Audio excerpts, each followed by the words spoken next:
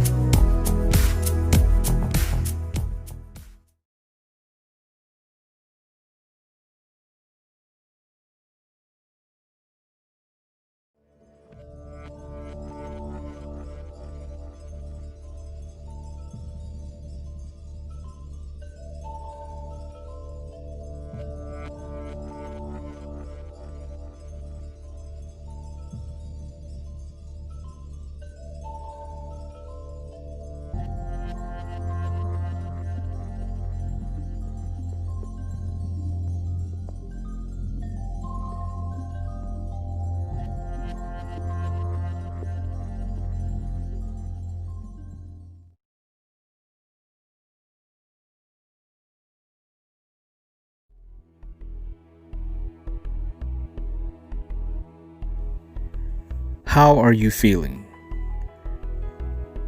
Take a moment to do a self-check-in for yourself. How are you feeling mentally? How are you feeling emotionally? How are you feeling physically? How are you feeling spiritually?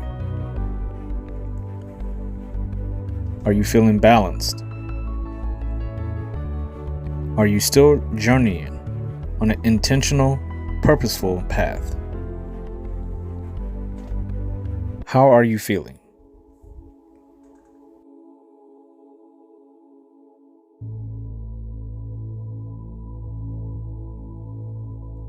Balancing yourself is a healthy daily practice that will reliably keep you in harmony with your entire mind, body, heart, and soul. Clear your mind. Take a moment of silence for yourself right now in the moment. You are here now. How are you feeling?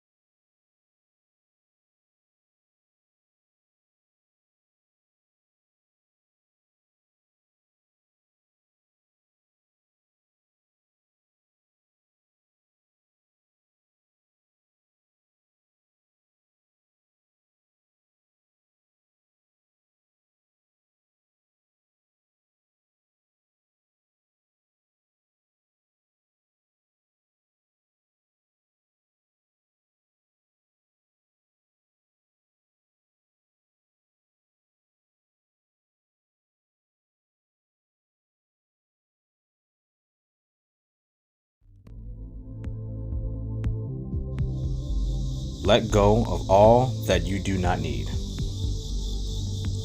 Our lives are far more simple than we believe that they are. If we think about it, how much time do we spend thinking about how we spend our time? And are we filling those periods of time where we have extra time with things that are productive, or are we only filling it with things that are passing time? If you find joy out of watching videos that make you laugh, make you cry, make you learn, make you see things in a different way, if that is aligned with you, then that is something that is a benefit to you. It is something that your body, your mind, your heart, and your soul desires, and there's nothing wrong with that. But if you do something where you feel like you went through a period of time and at the end of it, you've gained nothing, you don't care about anything that you just did, it was a wasted hour, 2 hours, 3 hours, 1 day of your life, then you don't need those things. Whatever you did in that time period was a waste. As great as it felt at the time, as great as it feels looking forward to it, it was a waste. You didn't need it. That feeling comes from you not being aligned completely with what that thing was. You didn't gain anything from it. And life is all about gains. It's about growing each and every day, but also having your time to do what you please. And again, there's a big difference between wasting your time watching one particular video at a certain point of the day and watching another video at a certain point of the day, or doing a certain activity at a certain point of the day and doing it at another period. When things are placed in our lives matters. We have to look at our time, look at our ways of doing things, and ask ourselves, whenever I do something that I like to do, whenever I have my free time, is it something that I need or something that I simply want? What we need is far more important than what we want.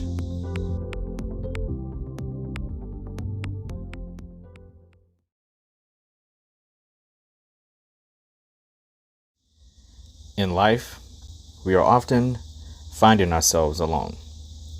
Whether by choice or by force of nature, we are alone. In that state, we are in our own arena. The audience is only us, countless voices, all our own.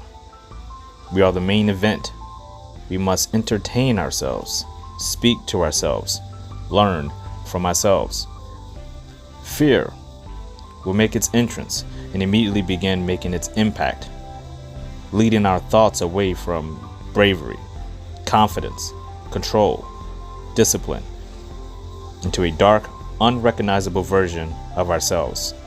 Our egos will either stoke that fear, turning it into anxiety, depression, and anger, or it will remind us that we're better than this.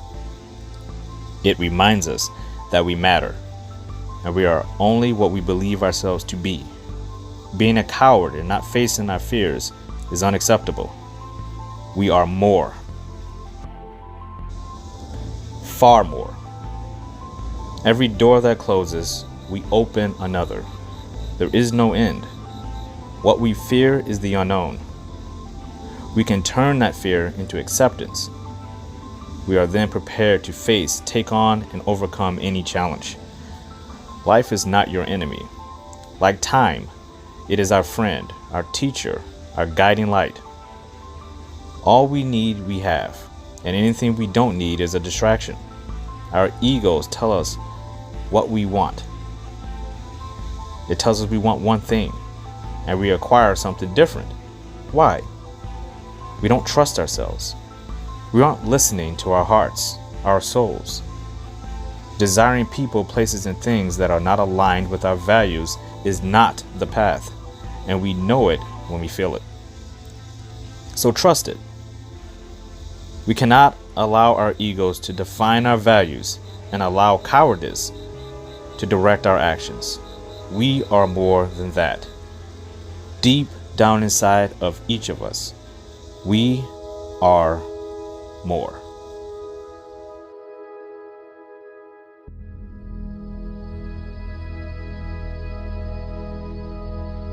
Enterprise of Emotions, Strength, and Happiness, Episode 9, Jettisoning Cowardice and Egotism.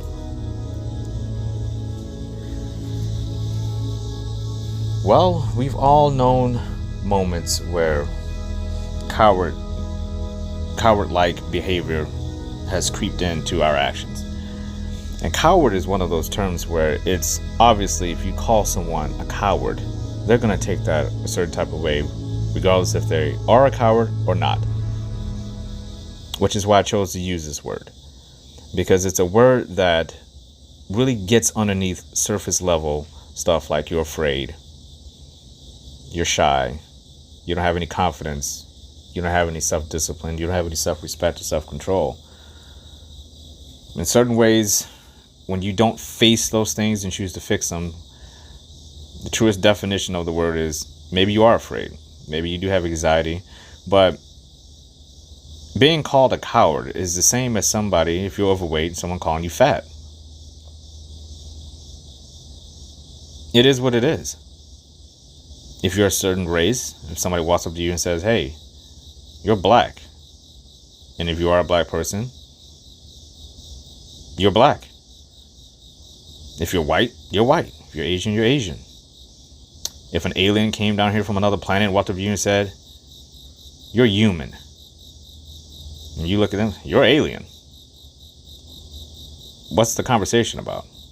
Who's gaining what? So it's not so much about the word as how you're taking the word, the context that is coming from the other person towards you, and how much truth is actually there in relative context to what the conversation is about.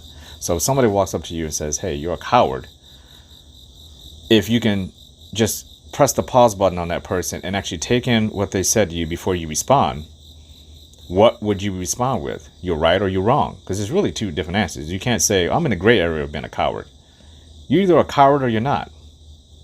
You either do the things you know you're supposed to be doing that is not based in fear, or you're not. Then you unpause the person and say, okay, this is my appropriate response that's steeped in nothing but honesty and truthfulness for myself. This is the truthful answer. I am not a coward, or I am a coward.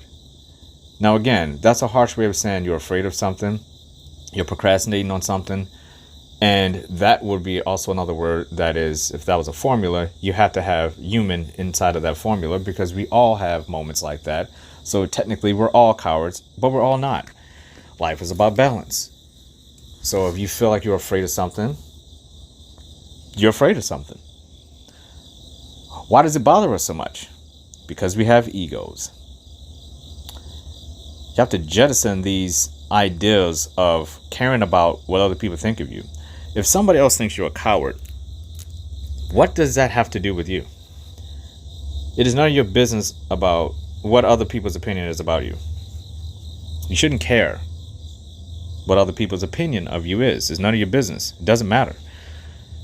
And the reason why it doesn't matter is because these people aren't living your life. They haven't lived it from day one, and they won't be there when you die. They won't be in your body. You're going to experience your birth and your death, not them, and vice versa. True empathy comes from you understanding that fact that you are capable for your own vessel, and you're responsible for your own vessel. How capable you make your vessel is completely up to you. If your vessel ends up a complete mess, we can sit and point out all the things in life that was unfair, but it's still, those are the cards you were dealt, and you have to respond to them, because everybody on this planet got dealt a certain type of cards, and nobody was appointed the person of perfection. And if there was a person of perfection, we would have known it by now. This person would change the course of human history. Everybody would be dying to get this person's genes. So this person doesn't exist, so we have to just go back to saying, okay, I am who I am. I'm never going to be perfect, and there are things in my life that I can either take as something that is able to change in ways that I want them to change when I want them to change them, depending on what you want out of life. And that goes back to each individual and our egos. What do we want out of life? And what are we afraid to face to get it? And what are we not afraid to face to get it? What measures are we willing to go to get what we want? How valuable is our life? How beautiful is our life? What do we have to live for? Is our purpose saying, no matter what happens, I have to do whatever it takes to preserve my purpose? And I can't let my ego get in the way of that. I can't allow my ego to gut me and make me feel ashamed of feeling a certain way, or make me feel too good about something that I have no business boasting about. There's a movie, one of my favorite movies of all time, called 127 Hours. I'll put a link in the description of the trailer for this movie. If you have not seen this movie, I recommend it for every human being on this planet that is old enough, mature enough to watch it. So if you're 18 or older, Or unless you're obviously a very mature kid who can handle it. But it's a true story about a man who was trapped inside of a canyon in Utah and was forced to do a very horrifying act. And I don't normally go on. I'm about to do something I don't normally do, but I need to dive into something like this because I think the context of this will put this whole episode into context. This man goes out to Utah. He's an adventurer. He likes to do adventurous things. And I sympathize with that. I empathize with that because I am a person who likes to do adventurous things. I like to push myself. I like to experience new things. Utah, even though I haven't been there as of yet, if you're hearing this, I cannot wait to go. It's just a place that calls to me. Utah is just on paper and what I've seen from videos and photos is the most beautiful place in the United States, in my humble opinion. It's just something that just calls to me. So obviously this movie, I was interested in it because of two things. We'll get to the second part later. But the first part is we got a guy who I empathize with who is mountain biking in Utah, and he's hiking and he's exploring. He's completely free. He's doing this on his own time. It's something that he enjoys doing. It's his purpose. It's his getaway. It's his happy place. But he made some serious mistakes. And ego was involved. The first thing he made a mistake of is that he went to Utah without telling anybody where he was going. He didn't have any form of communication with anyone but himself. No one knew where he was at. He didn't leave any type of timeline, no check-ins, nothing. He just went out there, and this is something he did regularly. He didn't think anything of it. It was as simple to him as walking. He gets out there. He meets a couple of girls out there. He has a little bit of fun with them, not in the way you should think. And they actually hike and explore a little bit. They go their separate ways. And not long after that, he's walking along a canyon. And by the way, this is spoiler. So if you don't want to know what happens next, go watch the movie and then come back to this podcast and finish it then, because it'll put this podcast in even more of a better frame of reference of what I'm talking about. So if you this is going to be spoiler filled. I'm kind of putting a little pseudo movie review here with this one, but it's not so much a review more than it's in context. So if you don't want to be spoiled by this movie, turn this off now, go down to the link below, check out the trailer and check out the film if you want to, and then come on back. If you don't care about the spoil of the movie, keep on listening. But you've been warned at this point on, there are spoilers. So he's walking along the canyon and he accidentally slips and falls down a hole. He grabs a rock, a giant rock, and he pulls it along down him. He's kind of holding on to the rock thinking that, okay, maybe if I hold on to this rock, it'll stop my momentum. And he falls all the way down and smack. The rock pins him at the bottom of this canyon. Luckily, his feet were able to hit ground, so he's actually able to stand.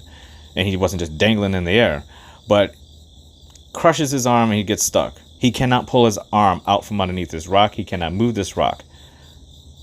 So ego now has gotten him to a place where he is, not only did he not tell anybody where he was going, he didn't stay with the two people that was with him that could have helped him throughout all this. He continued to go on alone, and he wasn't prepared for this particular event.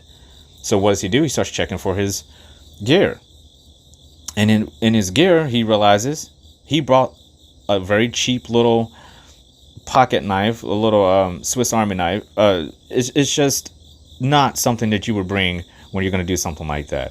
He brought a minimum amount of water. He didn't bring any food, nothing to snack on, because in his mind, I'll be back to my car in no time.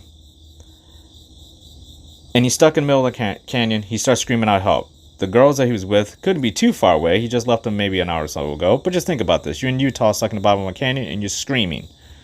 No one's going to hear you. And then we begin what is the most harrowing journey of this thing, is that he could become a coward right now. But he has to start making some very harsh decisions. How do I get out of here with what I have? So for the next 127 hours, he is standing there, trying to figure out what to do, His arm goes numb and basically dies while he's standing there. He's dehydrated. He's drinking his own piss. He is in a state of complete disaster. And he goes through all of the range of emotions you can think of. He gets confidence at a certain point. He's daydreaming about rainfall. He's daydreaming about all kinds of things. He's having nightmares. He has euphoria moments. He's documenting this on this little camera that he has. He's telling his family, maybe I should document this. Hey, I'm sorry I did this. I'm going to die down here. But then right at his breakdown, the most bottomless point, something else kicks in. The will to live through a vision that he had. He had a vision that he had a child, a son. And it was clear as day. He could see it as clear as day. He has a family. And he realized, whoa, wait a minute. That felt so real. Just like the rainfall that I thought was so real. And I had all this abundance of water. And the water flooded out the canyon and lifted the rock. And he was able to get out. He had an equal amount of realism in this child. So what does it propel him to do? It propels him to understand, yes, my ego got me in trouble here, but my ego can also get me out of this. And I'm not a coward. I'm not going to die down here. I have a future. I want that son. That is my future. So what does he do? He does the unthinkable. And he ends up taking that little knife, pulling a tourniquet, and he actually removes his arm. And he frees himself. He manages to get out. And I'm making this sound much easier than that actually was in the film. It is horrifying, as you can think. And it's not for people who don't believe in realism. It's brutal. It's visceral and it's real.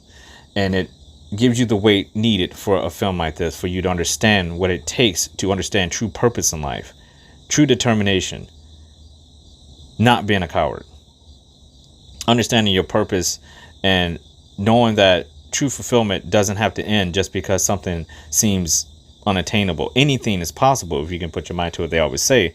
Obviously, not everything is possible. But in his case, he thought, if I can just get my arm off, I'm okay. I can live without a fucking arm. And that's exactly what he did. He got out of the situation, managed to crawl up there. He found a little pool of water. He managed to find some help. And he did go on to get married and have that very son that he envisioned. And he is still with one arm, going around, doing exactly what he loved. He lost nothing, gained everything. He could have died down there, most people would have, but he didn't. He almost cracked several times, but he didn't. He didn't give up. And that's why it's one of my favorite films of all time, 127 hours. And that is how I believe every person should live their life. When you get down to those moments where things are just so bottomless, it will force you to feel like you have to give up. Not that you even want to or you should.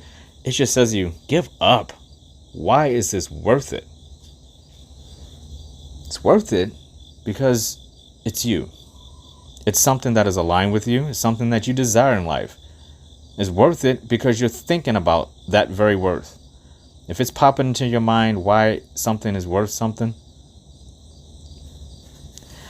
I feel that is more than enough for any person to dig deeper. Because we are more. Deep down inside, we are all more. We are all more. We have to find scenarios sometimes. If life doesn't give it to us, we can create scenarios. Not like that. I don't recommend going out into Utah, walking around a canyon and getting yourself pinned and figure out how you're going to get out of it.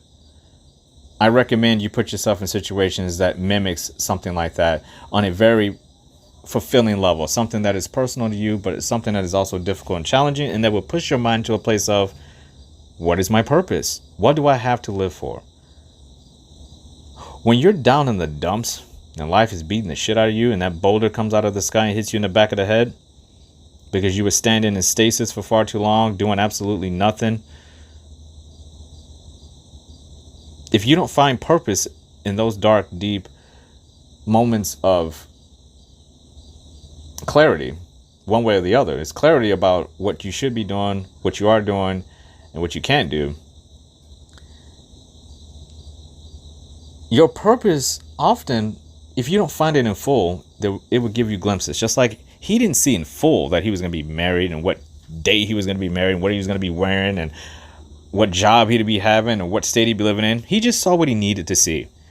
He saw the greatest thing in his life, which was his son. And it got him out of that situation.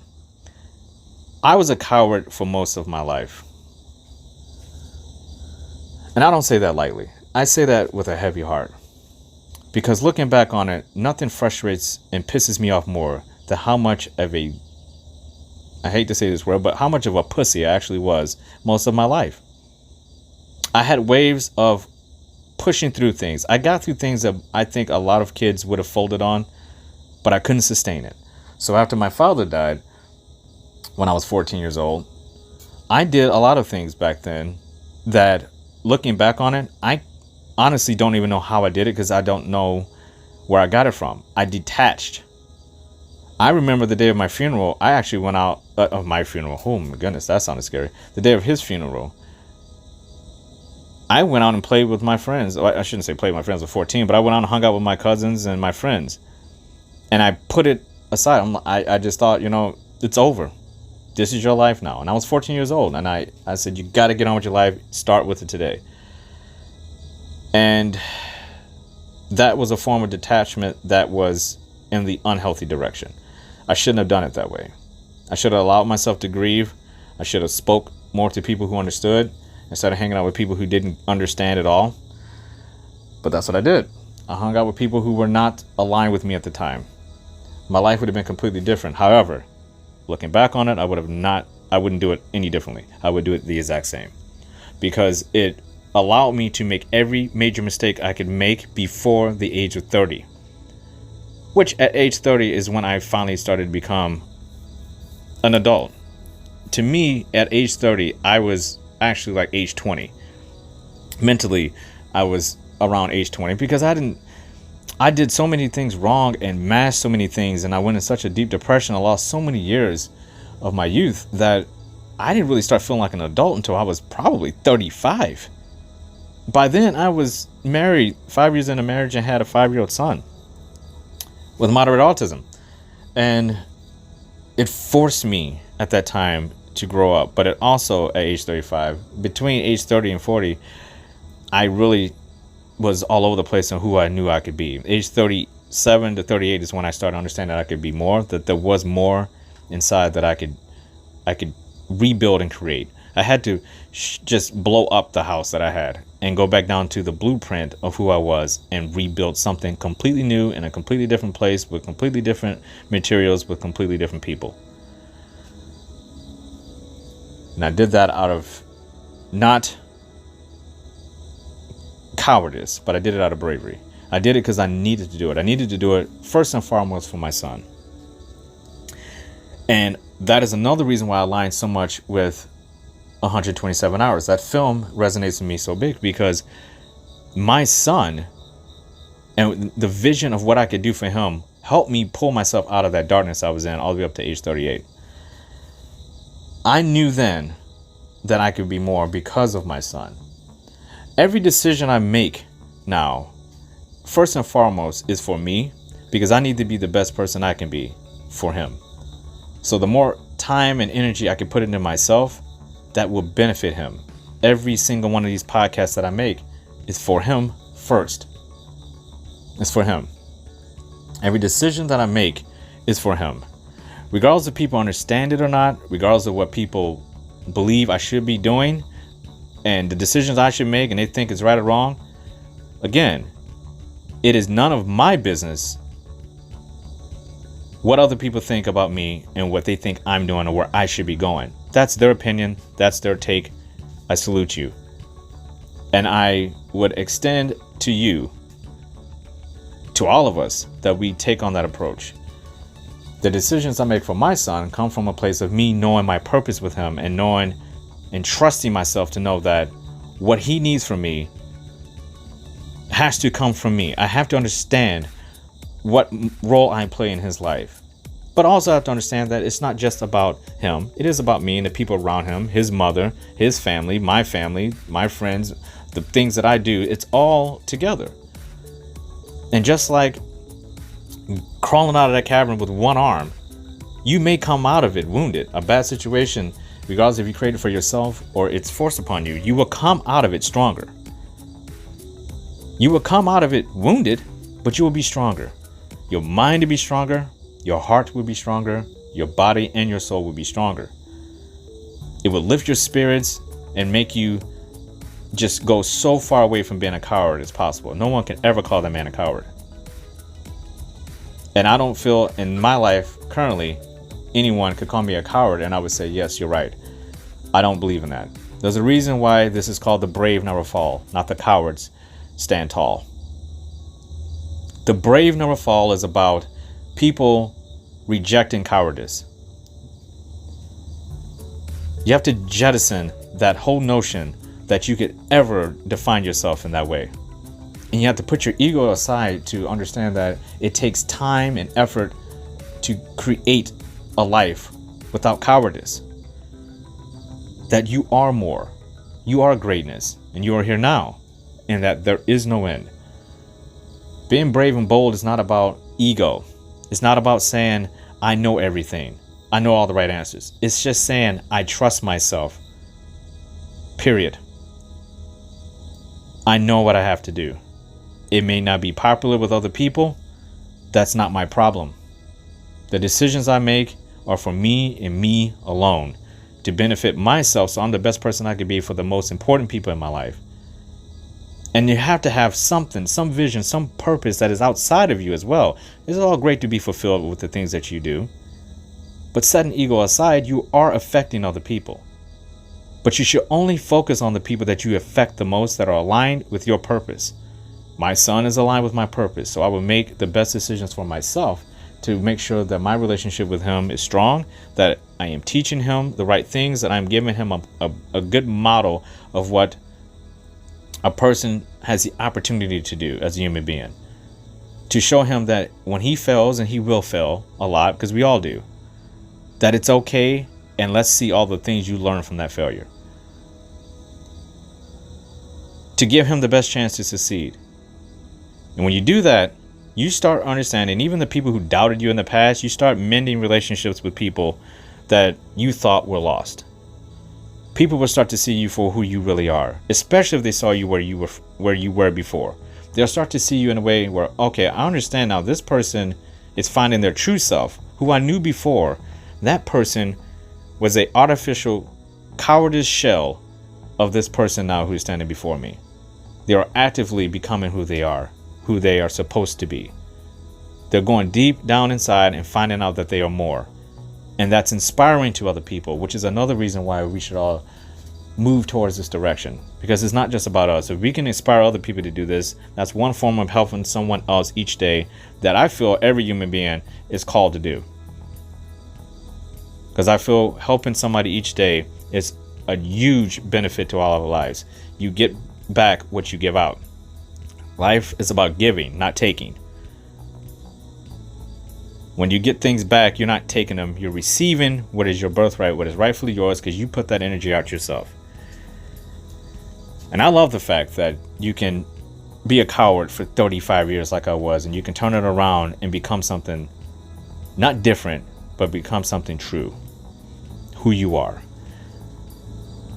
It turns relationships around. It turns the places that you live in, turns them into a new place of context and a new place of energy. The energy that it comes to you is like, even though you've been in that same place, is a newness, a freshness about it, because you are new and you're fresh. The things that you have, the possessions, they take on new meaning, which is why you start to get rid of stuff that you do not need. Just as in 127 hours, he knew he didn't need his right arm. We can live life without a limb. He needed his heart and his mind and his body and his soul. He didn't need an arm. He needed his child, who was yet unborn. That's purpose. That's fulfillment. That's understanding your vision. That's fucking trusting yourself. You get to that place by understanding that you are more. but not giving up, by digging down inside and accepting what life is. Yes, you make mistakes. Yes, he made a mistake by not telling anyone. Yes, he made a mistake by not bringing the right equipment. Yes, he made a mistake by saying goodbye to 2 people who could have helped him out in this situation. But he didn't make any excuses. He's got his ass out of there. And he moved on and living a life, a dream life, coming out of that scenario. You want to talk about balance. That's balance. And I feel we all have that scenario in us. I've reached the deepest, darkest depths of my life already. And I'm balancing it out now with some of the best moments in my life, with some of the best people. I'm reforming and reshaping relationships. Forgiving people I never thought I would forgive. Reconciling with people that I never thought I would ever reconcile with. Visiting places I never thought I would see in the way that I see now. Getting rid of things that I thought were so precious to me that don't mean a damn thing in my life. They're just stuff. Stuff to make you feel better. When you realize what makes you feel better is you feeling better for yourself in terms of you finding your purpose and finding out that through your purpose, that's all you need. Everything else is a bonus. Everything else figures itself out.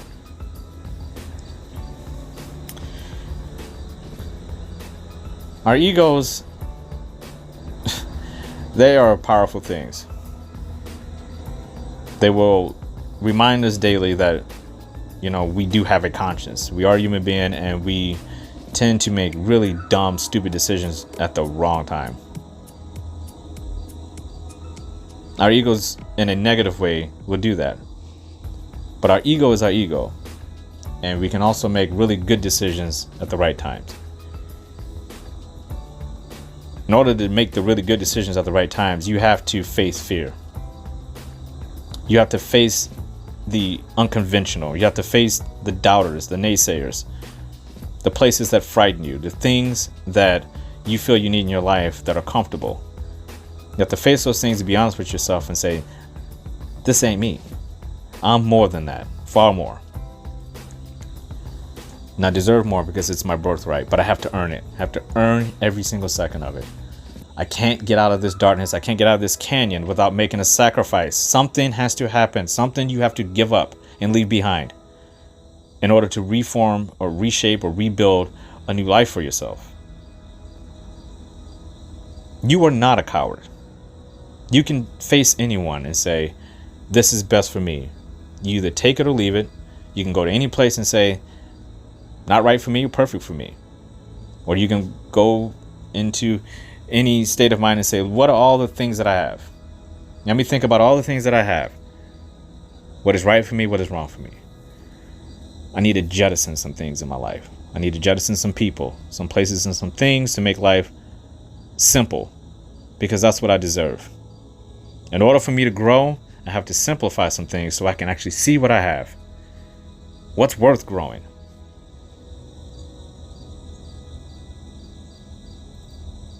It's not enough to wake up every single day and to say, everything's okay. You deserve better than okay. You deserve the best for yourself. Being brave and facing down the people, places, and things and being truthful about where you're at in life is essential. You must do this. If you want to grow and be more, it must be faced. Running away is not an option. Don't let your ego get in the way of your progress, your purpose, and your fulfillment. Trust yourself.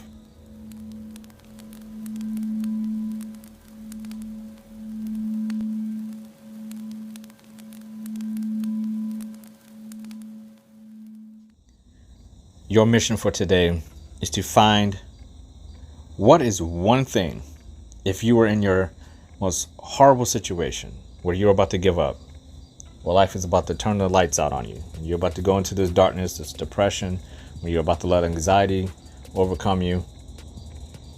What is the one thing, the one person, the one place, whatever it is in your life, what is the one thing that would get you to understand that your life is not over, that you must fight to move forward, to overcome fear, anxiety, depression, stress.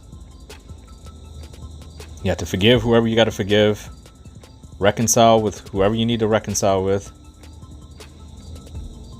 Form, forge, shape, rebuild that blueprint of yours. What is that one person, place, or thing that will get you to a place where you know, if you dig deep down inside, that's all the motivation, all the purpose that you need to move forward in life? If you had nothing else, that would be the one person, place, or thing.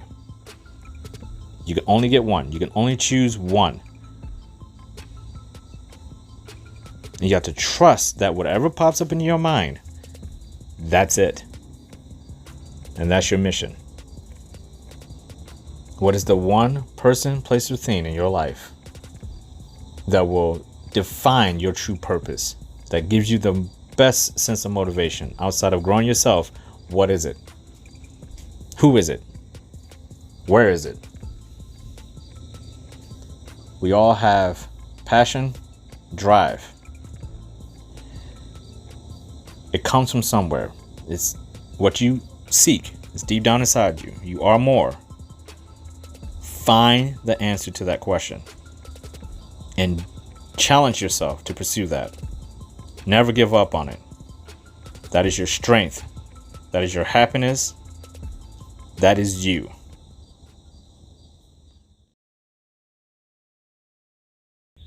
This is your day. You are here now. These are your moments. You own them. You are brave, bold, powerful. You do believe in yourself. You know you have more in the tank. You know the glass is half full. There is still more room for improvement. There is no end. Believe, believe, believe in yourself. You do believe in yourself. You do believe you can do whatever it takes to get the job done. You don't procrastinate. You don't embellish. You don't lie. You're true to yourself. Peace is in your mind. Peace is in your heart. Peace is in your body. It is definitely in your soul. You are greatness. You have purpose. Intentful purpose. You are here for a reason. You are ambitious. You are loving. You are kind, empathetic, compassionate. You are self-love. You have self-control, self-respect. You are joy, peace, freedom, happiness. You are connected to everything in this world and in this universe. And if no one has told you this today, I love you. You deserve to hear that. Salute to you all. The brave never fall. Learn, laugh, and level up.